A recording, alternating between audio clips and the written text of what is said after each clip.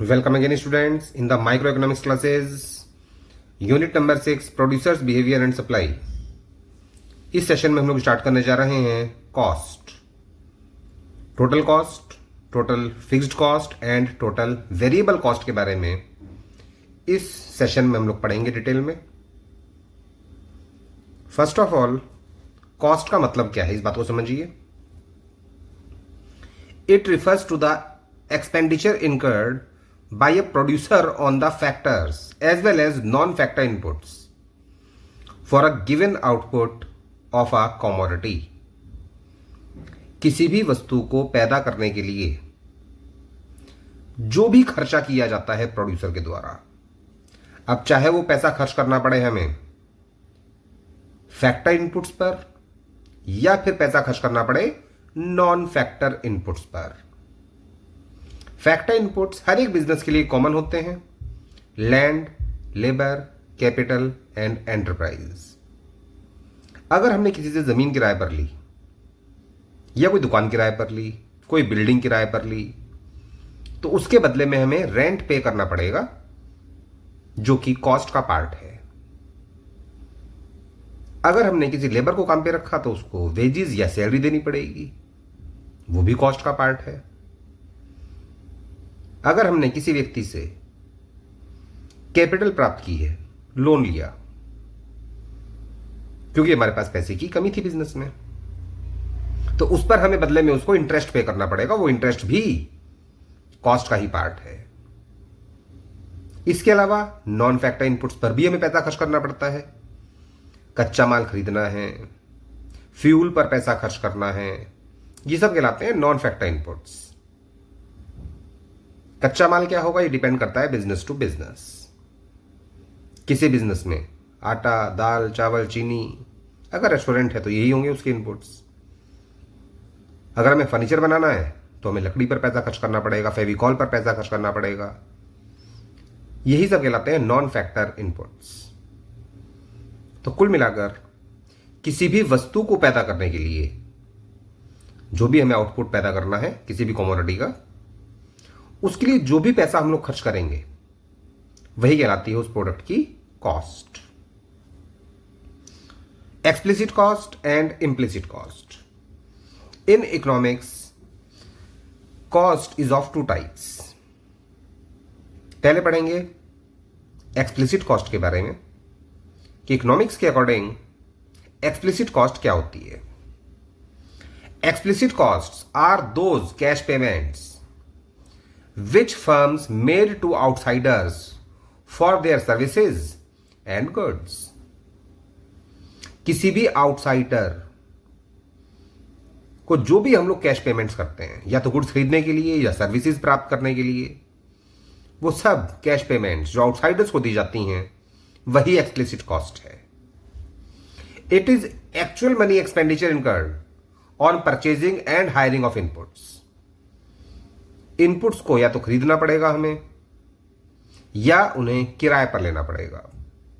कुल मिलाकर पैसा तो खर्च होगा और वही जो पैसा हम लोग खर्च करेंगे वही कहलाएगी हमारी explicit cost. These costs are recorded in firms account books. यानी कि ये वो खर्चा है जो हिसाब किताब में दिखाया भी जाएगा कि किस चीज पर हमने कितना पैसा खर्च किया. ये सब कॉस्ट अकाउंट्स में शो किए जाते हैं. एग्जाम्पल, अगर वर्कर को काम पे रखा गया है तो उसको वेजेस या सैलरीज देनी पड़ेंगी एम्प्लॉइज को. अगर हमने बिल्डिंग खरीद ली तो उस बिल्डिंग पर हर साल जो डेप्रिसिएशन लगेगा वो हमारा एक्सपेंस है. पूरी बिल्डिंग पर जो आपने पैसा खर्च किया है वो कॉस्ट का पार्ट नहीं बनेगा, ध्यान रखिएगा. वो तो आपका एसेट है, वो तो संपत्ति हो गई आपकी. लेकिन उस बिल्डिंग पर लगने वाला डेप्रिसिएशन, अगर आपने फर्नीचर पर पैसा खर्च किया तो वो आपका इन्वेस्टमेंट है, वो कॉस्ट का पार्ट नहीं होगा, बल्कि हर साल उस फर्नीचर की कीमत जितनी घटेगी, जिसे हम लोग बोलते हैं डेप्रिसिएशन, वो आपके एक्सपेंस का पार्ट है, तो वही कहलाएगी cost. Rent paid to landlord. हो सकता है हमने बिल्डिंग खरीदी नहीं है बल्कि किराए पर ली है, तो जितना भी किराया जाएगा वो भी कॉस्ट का पार्ट है. इंटरेस्ट ऑन लोन, हमारे पास पैसे की कमी थी, हमने बैंक से कर्जा ले लिया या किसी से भी कर्जा ले लिया, तो बदले में उसको इंटरेस्ट पे करना पड़ेगा, वो इंटरेस्ट बिजनेस की कॉस्ट है। इंश्योरेंस प्रीमियम पेड, रिस्क से बचने के लिए हम लोग अपने एसेट्स का, अपने स्टॉक का, किसी भी चीज का इंश्योरेंस करा सकते हैं, लेकिन ये इंश्योरेंस फ्री में नहीं होता, इसके लिए हमें प्रीमियम भरना पड़ता है। तो यही इंश्योरेंस प्रीमियम जो भरा जाएगा ये भी कॉस्ट है। परचेज ऑफ रॉ मटेरियल, कच्चा माल खरीदना पड़ेगा, और कच्चा माल हर एक बिजनेस के हिसाब से डिफरेंट होता है। ये सब कहलाती हैं एक्सप्लिसिट कॉस्ट, क्योंकि ये वो पेमेंट्स हैं जो हमें आउटसाइडर्स को पे करनी पड़ेंगी, और ये एक्चुअल मनी एक्सपेंडिचर है जो गुड्स को या तो खरीदने के लिए किया गया है खर्चा, या फिर किराए पर लेने के लिए किया गया है। नेक्स्ट आता है implicit cost. Implicit costs are costs of self owned और सेल्फ एम्प्लॉयड रिसोर्सेज। जो रिसोर्सेज हमारे पास पहले से थे उन पर जो कॉस्ट आएगी वो कहलाएगी इम्प्लिसिट कॉस्ट। यानी कि ये वो रिसोर्सेज हैं जो बिजनेसमैन ने अपने पास से ही बिजनेस में लगा दिए हैं। Implicit costs are estimated value of input supplied by the owners of the production unit himself. अगर मान लीजिए मैं एक बिजनेस का ओनर हूं और मैंने बिल्डिंग खरीदी नहीं बिजनेस करने के लिए, क्योंकि मेरे पास बिल्डिंग पहले से थी, तो भी उस बिल्डिंग पर लगने वाला डेप्रिसिएशन इम्प्लिसिट कॉस्ट का पार्ट होगा। अगर कच्चा माल मैंने खरीदा नहीं है, क्योंकि कच्चा माल मेरे पास पहले से पड़ा हुआ था, तो उसकी वैल्यू एस्टिमेट की जाएगी और वो भी कॉस्ट का पार्ट कहलाएगा। अगर मैंने पैसा बैंक से लेकर नहीं लगाया बिजनेस में, बल्कि खुद का पैसा लगाया है, तो भी interest on capital find out किया जाएगा, ये मानते हुए कि यही पैसा अगर मैं कर्जे पर लेता तो कितना उस पर ब्याज देना पड़ता, यानी कि इंटरेस्ट। अगर बैंक से हमने कर्जा लिया है और उस पर इंटरेस्ट पे किया है, वो एक्सप्लिसिट कॉस्ट है। लेकिन खुद का पैसा आपने लगा दिया बिजनेस में, तो उस पर भी इंटरेस्ट कैलकुलेट किया जाएगा और वो इंटरेस्ट कहलाएगा इम्प्लिसिट कॉस्ट। अगर मैंने लेबर को काम पे रखा, एक मैनेजर को काम पे रखा, उसे मैं सैलरी पे कर रहा हूं, तो वो एक्सप्लिसिट कॉस्ट है, जो पिछले पेज पर पढ़ाया था, एक्सप्लिसिट कॉस्ट। लेकिन अगर मैं खुद बिजनेस में काम कर रहा हूं तो अपनी सैलरी भी मैं एस्टिमेट करूंगा, और मेरी जो सैलरी होगी वो एक्सपेक्टेड होगी, अंदाजा लगाऊंगा मैं केवल कि यही सर्विसेज अगर मैं किसी और को दे रहा होता तो उससे मैं कितनी सैलरी लेता। तो ये जो मेरी खुद की सैलरी होगी, जो एक्चुअली मुझे मिल नहीं रही होगी, मैं अपने आप को सैलरी थोड़ी दूंगा, लेकिन उसे एस्टिमेट किया जाएगा, और वो भी हमारे बिजनेस की कॉस्ट कहलाती है implicit cost. Implicit costs are costs of self owned और self employed resources. Implicit costs are estimated value of input supplied by the owners of the production unit himself. Example, estimated rent of owner's building. अगर building owner की खुद की है तो उसका rent estimate किया जाएगा कि अगर यही बिल्डिंग किसी और को किराए पर दी जाती तो कितने में दी जाती। Estimated salary of owner, businessman की खुद की सैलरी, ये केवल एस्टिमेट की जाती हैं। इंटरेस्ट ऑन कैपिटल, जो पैसा मैंने बिजनेस में लगाया हुआ है उस पर मुझे कितना इंटरेस्ट मिलना चाहिए, अर्थात वही पैसा अगर मैं बैंक में जमा कर देता तो भी तो इंटरेस्ट मिलता, अगर मैं एफडी करा दूंगा तब भी इंटरेस्ट मिलेगा। वही मान लिया जाता है यहां पर interest on capital. These costs are not recorded at all. Accounts में इस प्रकार की कॉस्ट को कभी भी रिकॉर्ड नहीं किया जाता। In economics sum of explicit cost and implicit cost constitute the total cost of production of a commodity. तो इकोनॉमिक्स में एक्सप्लिसिट कॉस्ट और इम्प्लिसिट कॉस्ट को ही जोड़कर पता चलता है टोटल कॉस्ट ऑफ प्रोडक्शन क्या होगा, अर्थात जो भी हमने उत्पादन किया है, जो भी हमने प्रोडक्शन किया है, उसकी लागत कितनी मानी जाए। कॉस्ट मींस लागत। Difference between explicit and implicit cost. Point number 1. It is the opportunity cost of purchasing inputs from the market. Opportunity cost means sacrificing value. अगर हमने रॉ मटेरियल परचेज किया मार्केट से तो उसके बदले में कुछ ना कुछ तो देना पड़ेगा, जैसे कि पैसा ही देना पड़ता है नॉर्मली। तो जो भी पैसा हम लोग खर्च करेंगे कच्चे माल को प्राप्त करने के लिए, वही कहलाएगी उसकी opportunity cost. Implicit cost, it is the opportunity cost of using self employed inputs. ये भी अपॉर्चुनिटी कॉस्ट है, क्योंकि मैंने अपने बिजनेस में अपने खुद के ही रिसोर्सेज लगाए हैं, खुद के ही इनपुट्स लगाए हैं। अर्थात ये वो इनपुट्स हैं जो मैंने खरीदे नहीं है, लेकिन इनकी भी अपॉर्चुनिटी कॉस्ट देखी जाएगी। अपॉर्चुनिटी कॉस्ट का मतलब कि जो पैसा मैंने बिजनेस में लगाया है, अगर वो पैसा मैं बिजनेस में लगाने की बजाय अगर बैंक में भी जमा कर देता तो वहां से भी तो इंटरेस्ट मिलता। अपनी सर्विसेज अपने बिजनेस में देने की बजाय अगर मैं किसी और के बिजनेस में देता तो वहां से मुझे सैलरी मिलती। तो वही कहलाएगी opportunity cost of using self employed inputs. Point number 2, it is measured in terms of cash payments that a firm makes to others, या लिख सकते हो outsiders, for the purchase of inputs, inputs को purchase करने के लिए या किराए पर लेने के लिए जो भी कैश पेमेंट्स की जाएंगी फर्म के बाहर, वो सब कहलाती हैं explicit cost. And implicit cost, it is measured in terms of estimated cost. यहां पर केवल एस्टिमेट की जाएगी वैल्यू, अर्थात केवल अंदाजा लगाया जाएगा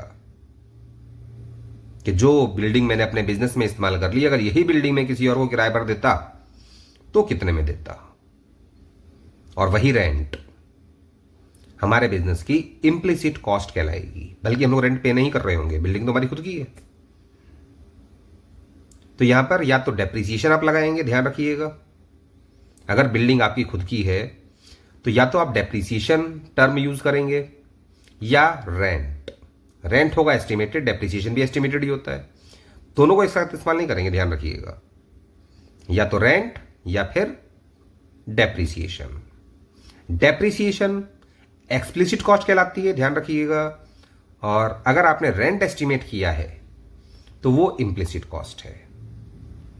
अगर आपकी खुद की बिल्डिंग है और उसका रेंट केवल अंदाजा लगाकर आप ये मान रहे हैं कि ये बिल्डिंग अगर किराए पर दी जाती तो कितने में दी जाती, तो वही आपके बिल्डिंग की इम्प्लिसिट कॉस्ट कहलाएगी।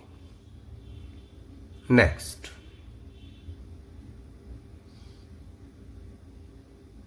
Now total cost is equal to total fixed cost plus total variable cost.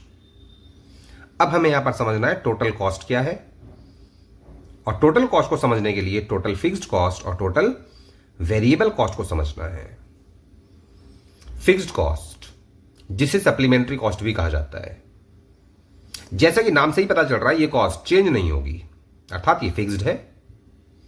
These are those cost which do not change with change in the value of output. अर्थात अगर हमने output को बढ़ा दिया या कम कर दिया, अर्थात प्रोडक्शन को हमने बढ़ा दिया या कम कर दिया, तो उसे कॉस्ट पर कोई असर नहीं पड़ेगा, कॉस्ट जितनी पहले थी उतनी ही रहेगी। ऐसी कॉस्ट को कहा जाता है फिक्स्ड कॉस्ट। Example, rent. अगर हमने बिल्डिंग किराए पर ली हुई है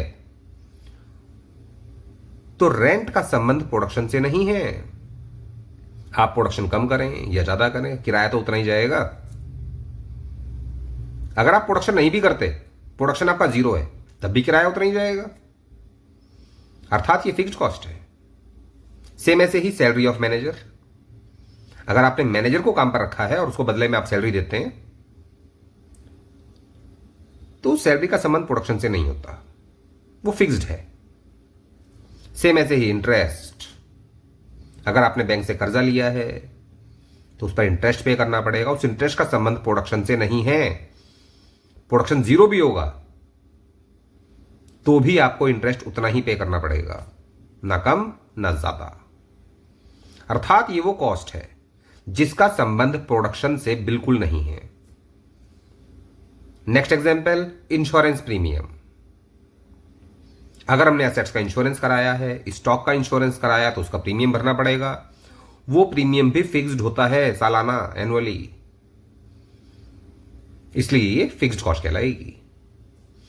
total fixed cost curve is a straight line parallel to X axis. Next page पर इसको आपको दिखाया जाएगा कि टोटल फिक्स्ड कॉस्ट कर्व कैसे बनता है। फिलहाल ध्यान रखिएगा, ये पैरेलल होता है एक्स एक्सिस के, यानी कि ये हॉरिजॉन्टल कर्व होता है। वर्टिकल शेप होती है ऊपर से नीचे, लेकिन हॉरिजॉन्टल शेप होती है हमेशा लेफ्ट टू राइट और right to left. Next topic is variable cost, जिसे प्राइम कॉस्ट भी कहा जाता है। ये वो कॉस्ट है जो प्रोडक्शन के बढ़ने पर बढ़ेगी, प्रोडक्शन के कम हो जाने पर कम हो जाएगी, और अगर प्रोडक्शन नहीं किया तो कॉस्ट आएगी ही नहीं, यानी कि कॉस्ट हो जाएगी जीरो। तो ऐसी कॉस्ट जिसका सीधा संबंध प्रोडक्शन से है वो कहलाती है वेरिएबल कॉस्ट। इकोनॉमिक्स में इसे वेरिएबल कॉस्ट या प्राइम कॉस्ट कहते हैं, और अकाउंटेंसी में इस प्रकार के सभी एक्सपेंसेस को हम लोग बोलते हैं डायरेक्ट एक्सपेंसेस, क्योंकि उनका सीधा संबंध प्रोडक्शन से होता है। These are the costs which vary directly with the change in the level of output. VARY, vary का मतलब ही चेंज होता है। तो ये वो कॉस्ट है जो चेंज हो जाती है जब हम लोग आउटपुट के लेवल में चेंज करते हैं, also known as direct cost. Accountancy में मैंने भी आपको बताया था, इसे डायरेक्ट एक्सपेंसेस कहा जाता है। इकोनॉमिक्स में इसको आप वेरिएबल कॉस्ट कहें या डायरेक्ट कॉस्ट कहें, एक ही बात है। एग्जाम्पल, रॉ मटेरियल, वेजेस, ये कहलाती हैं वेरिएबल कॉस्ट। रॉ मटेरियल, कच्चा माल, ज्यादा प्रोडक्शन करेंगे तो कच्चा माल ज्यादा लगेगा, कम करेंगे तो कम लगेगा, और अगर प्रोडक्शन नहीं किया तो कच्चा माल लगेगा ही नहीं, वेरिएबल कॉस्ट जीरो हो जाएगी। फिर सेम ऐसे ही मजदूरी, वेजेस। अगर हम मान लीजिए हम लोग लेबर को पे करते हैं 20 रुपीज पर पीस, एक पीस बनाने पर लेबर को हम लोग 20 रुपए देते हैं। एक लेबर ने एक दिन में 50 पीसीस का प्रोडक्शन किया, तो 50 पीसीस के हिसाब से उससे मिलेंगे मल्टीप्लाई बाई 10 रुपीज। तो कुल मिलाकर हमें लेबर को देने पड़ेंगे 500। अगर 10 रुपीज पर पीस है तो 20 रुपीज पर पीस है तो देना पड़ेगा 1000 रुपीज। तो डिपेंड करता है कि लेबर को हम लोग पर पीस कितना पैसा दे रहे हैं, 10 रुपए दे रहे हैं कि 20 रुपए दे रहे हैं। मेन बात यह है, प्रोडक्शन ज्यादा करने पर लेबर को ज्यादा पैसा मिलेगा। अगर लेबर को हम लोग पे करते हैं 10 रुपीज पर पीस मान लीजिए, और लेबर ने प्रोडक्शन किया है केवल 5 आइटम्स का, 1 घंटा काम करके उसने छुट्टी कर ली, चला गया अपने घर वापस, तो उस दिन उसे केवल 5 प्रोडक्ट्स के ही 10 रुपए मिलेंगे, यानी कि 50 रुपए। और अगर प्रोडक्शन किया ही नहीं लेबर ने, लेबर आया, काम नहीं किया, लेकिन चला गया वापस अपने घर छुट्टी लेकर, तो उस दिन की तनख्वाह उसे नहीं मिलेगी। अर्थात वेजेस का सीधा संबंध प्रोडक्शन से है। और यही कारण है अकाउंटेंसी में भी वेजेस को दिखाया जाता है ट्रेडिंग अकाउंट में, क्योंकि ये डायरेक्ट एक्सपेंस है, और सैलरी को दिखाया जाता है प्रॉफिट एंड लॉस अकाउंट में, क्योंकि सैलरी इनडायरेक्ट एक्सपेंस है। वेजेस का संबंध प्रोडक्शन से है, लेकिन सैलरी का संबंध प्रोडक्शन से नहीं होता। मोस्ट इंपॉर्टेंट बात, इफ आउटपुट इज जीरो, अगर प्रोडक्शन जीरो है, variable cost will also falls to zero. Production zero होने पर वेरिएबल कॉस्ट जीरो होती है। बात सिंपल भी है, लेकिन बहुत ज्यादा इंपॉर्टेंट है ये बात। Total variable cost curve moves upward to the right, same वैसे जैसे कि सप्लाई का कर्व होता है, नीचे से ऊपर की तरफ जाता है ये कर्व हमेशा। नेक्स्ट,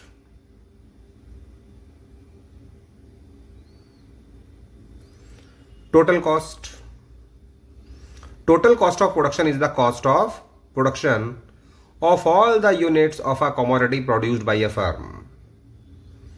एक फर्म के द्वारा जितना भी प्रोडक्शन किया गया है, जितनी भी यूनिट्स तैयार की गई हैं, उन सभी पर कुल मिलाकर जितना भी पैसा हमने खर्च किया है वही कहलाता है उस प्रोडक्ट की total cost. Total cost is the sum of total fixed cost and total variable cost. Symbolically TC is equal to TFC plus TVC. जहां पर टीसी शो कर रहा है टोटल कॉस्ट, टीएफसी का मतलब टोटल फिक्स्ड कॉस्ट और TVC का मतलब total variable cost. Fixed cost and variable cost constitute total cost of production. Fixed cost और वेरिएबल कॉस्ट को जोड़ने से ही टोटल कॉस्ट पता चलती है कितनी है प्रोडक्ट की। और फॉर्मली नहीं क्या कहा जाता है? Total fixed cost, total variable cost and total cost.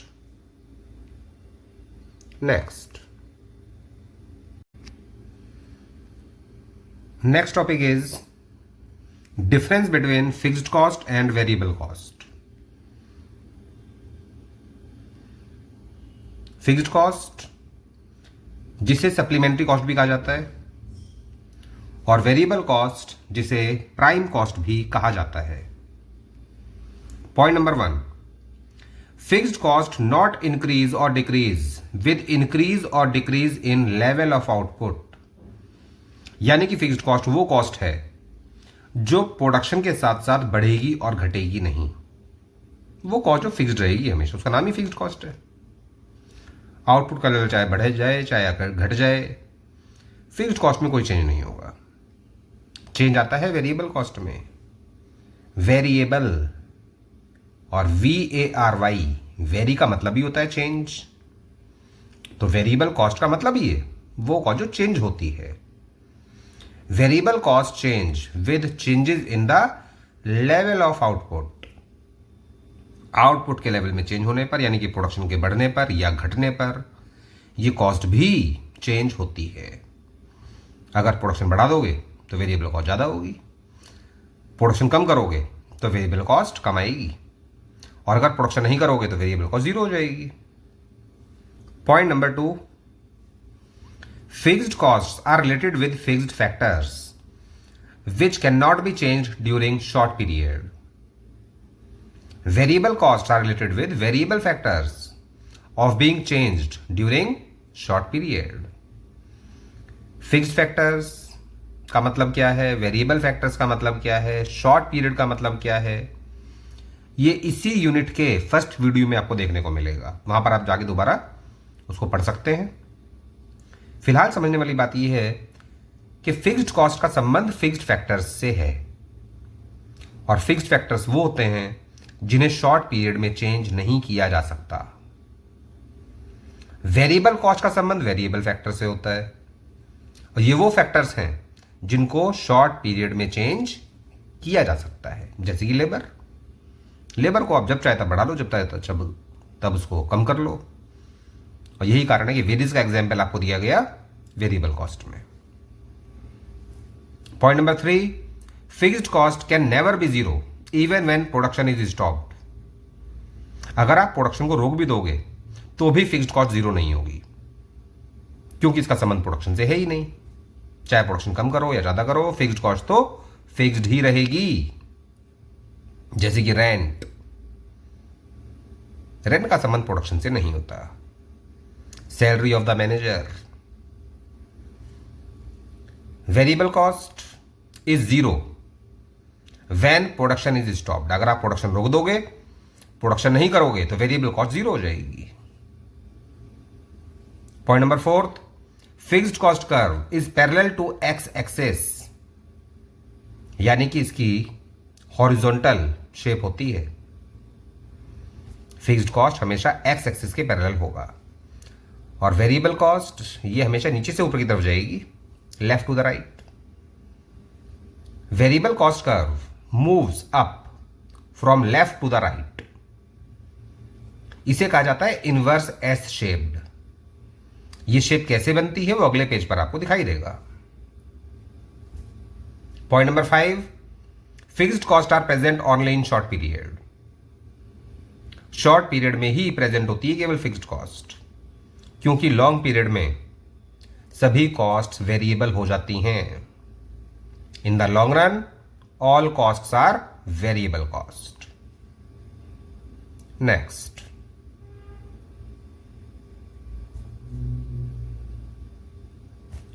Total fixed cost and total variable cost का कर्व कैसे बनता है। सबसे पहले शो करेंगे X axis, Y axis, origin, जहां पर एक्स एक्सिस पर शो किया जाएगा आउटपुट और वाई एक्सिस पर fixed cost. Total fixed cost curve होगा parallel to the X axis, क्योंकि ये कांस्टेंट है, ये फिक्स्ड कॉस्ट है, जो ना तो बढ़ेगी ना घटेगी, अर्थात ये सीधी सीधी चलेगी बिल्कुल। आउटपुट चाहे कितना भी हो, फिक्स्ड कॉस्ट चेंज नहीं होगी। दूसरे डायग्राम में एक्स एक्सिस पर दिखाएंगे आउटपुट, वाई एक्सिस पर दिखाएंगे वेरिएबल कॉस्ट, क्योंकि यहां पर हमें दिखाना है total variable cost. Total variable cost curve हमेशा 0 से स्टार्ट होगा और ऊपर की तरफ जाएगा। That means left to the right upward. Shape होगी इसकी इनवर्स एस। ये सीधी लाइन नहीं बनाइएगा, इसमें हल्का सा कर्व दिखाइएगा।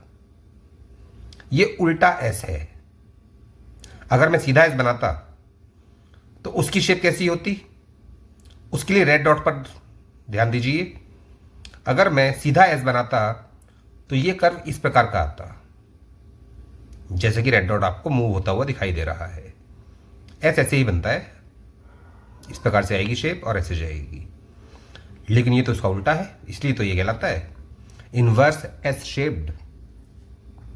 यानी कि इस डायग्राम में अगर आप इसे शीशे में देखेंगे तो काफी हद तक ये आपको एस की अनुभूति देगा कि ये एस के जैसा लग रहा है, लेकिन शीशे में देखने पर फिलहाल तो ये एस नहीं है, ये इनवर्स एस है। यानी कि एक प्रकार से एस की मिरर इमेज है ये। Next, relationship between TFC, TVC and TC। अब तीनों को एक साथ पढ़ेंगे एक ही डायग्राम पर। एक्स एक्सिस पर शो कीजिएगा आउटपुट, वाई एक्सिस पर शो कीजिएगा टोटल कॉस्ट, और सेम पहले की तरह ये जो स्ट्रेट लाइन है ये शो कर रही है टोटल फिक्स्ड कॉस्ट, और ये जो ऊपर जाती हुई लाइन है जो 0 से स्टार्ट हुई है ये शो कर रही है total variable cost.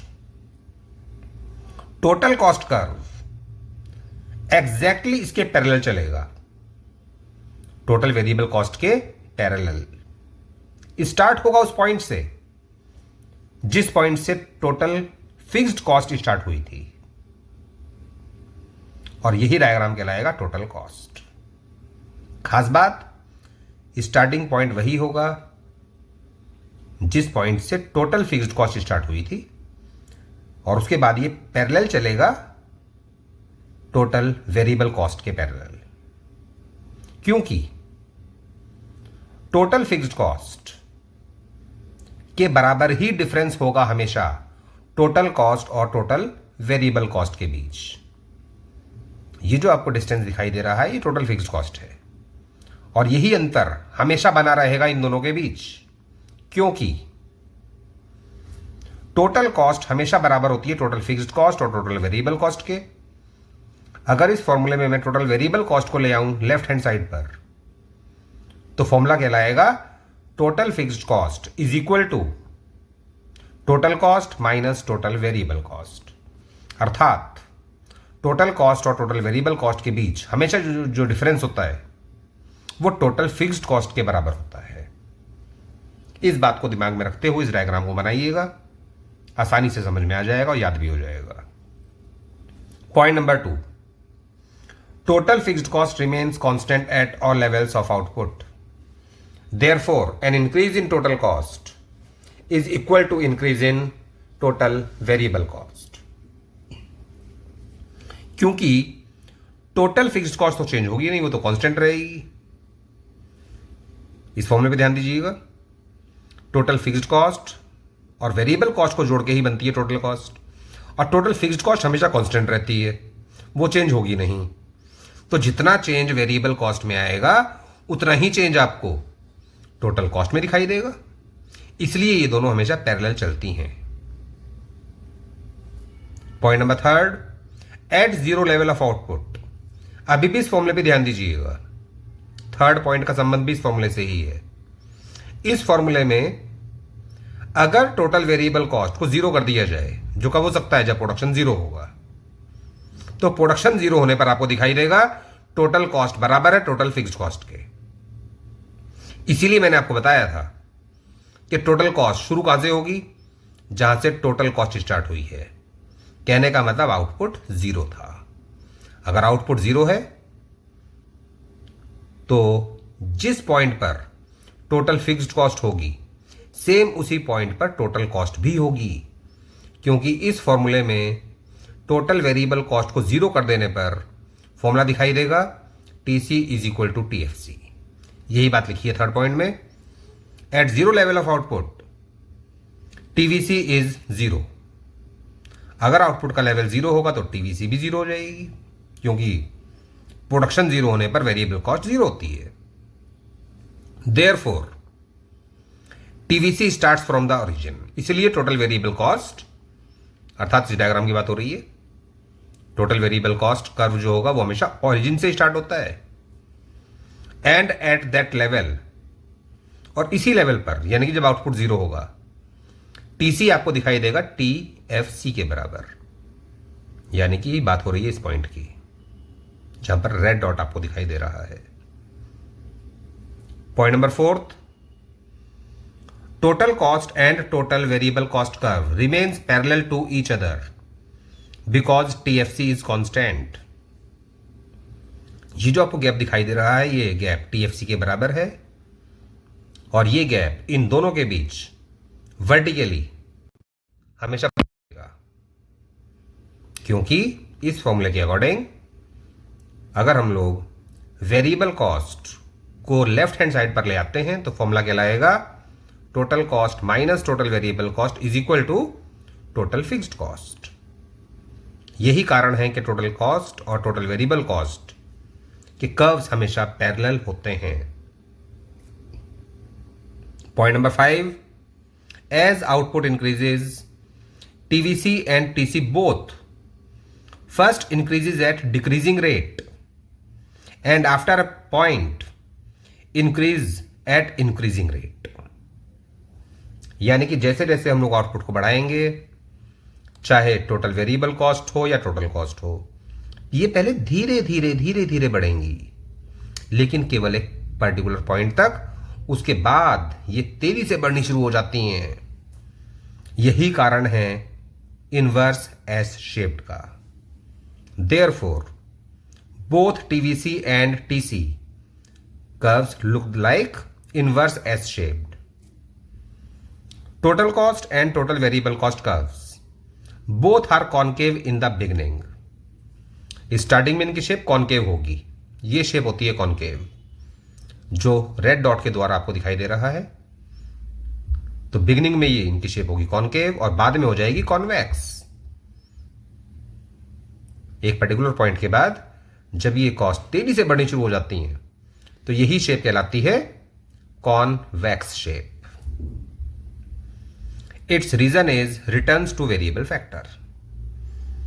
Returns to variable factor क्या है, इसके लिए आपको देखना पड़ेगा यूनिट नंबर 6, यानी किसी चैप्टर का first video and second video.